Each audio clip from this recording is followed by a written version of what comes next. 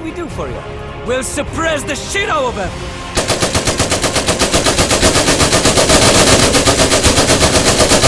Victory has won the day.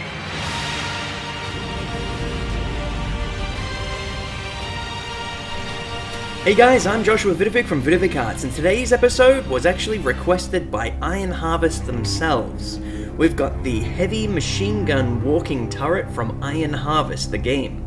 And as you can see, it's pretty detailed, not from the front but on the side. You can see these legs here.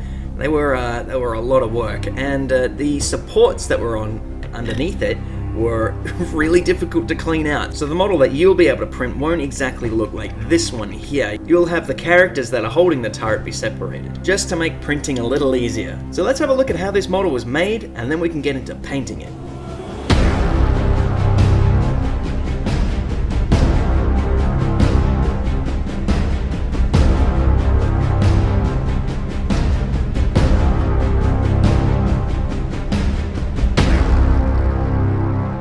So if you haven't heard of Iron Harvest, it's this really awesome RTS game that's in alpha at the moment, and you can check it out in the link in the description below, and I highly advise you check it out, just because it's really awesome setting that it really hasn't been seen before. It's like World War mixed with like industrial mechanized warfare, like big battle suits and stuff like that with like oversized guns, and it's just really cool.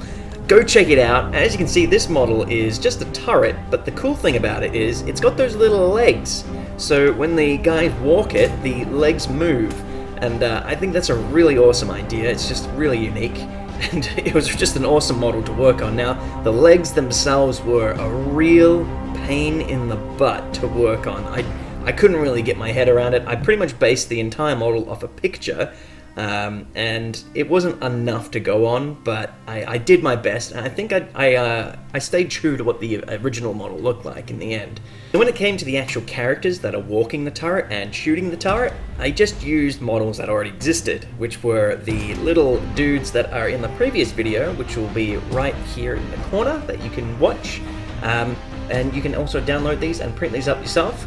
But yeah, I just used these and recycled them. Now, I didn't actually have a rigged model. I pretty much cut their arms off and repositioned them, and I took it into ZBrush to polish it up a little bit, which is something new that I'm starting to dip my toes into. I'm actually really confident with how my ZBrush models are turning out, and I think I'll be using it a lot more in future videos.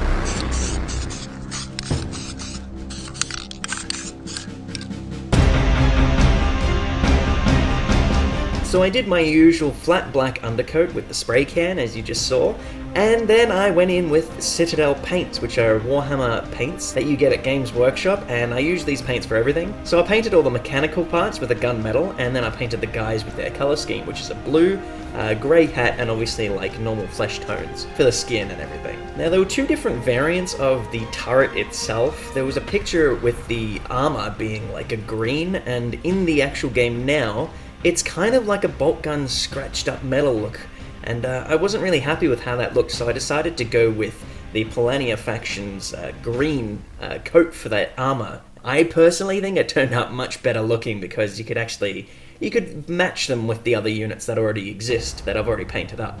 And yeah, you can see that you could add the scratch marks into it anyway. You can paint this up whatever faction color you want. You can paint it pink if you wanted to, but I thought it looked really nice being that green, that really dark army colored green.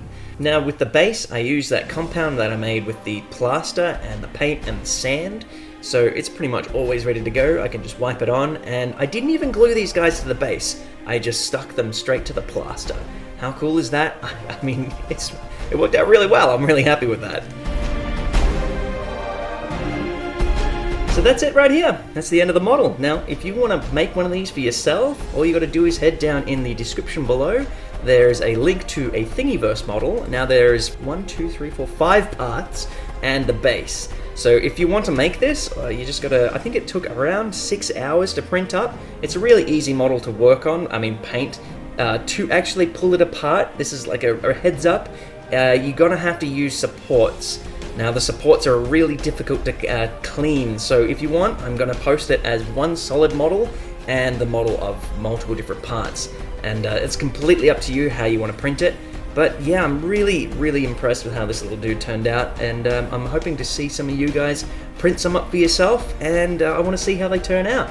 So, if you are going to print this up on Thingiverse, you can just post the make there. Now, if you enjoyed this video, don't forget to share it with friends and subscribe, and don't forget to let me know how you think this model turned out, because I really want to know. And also, if you want to support me a little further with these videos, you can head over to Patreon and pledge a couple dollars per video or month. It's completely up to you. Now, you don't have to, but it really helps me out a lot. Yeah, and I can't be more thankful to my patrons who are already supporting me. So thank you so much. And as always, I will catch you guys in the next one. Stay awesome. See you guys. Providing cover fire!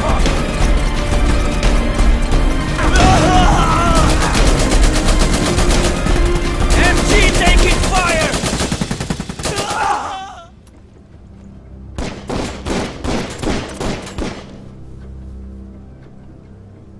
Polania will always be us. We've lost the squad.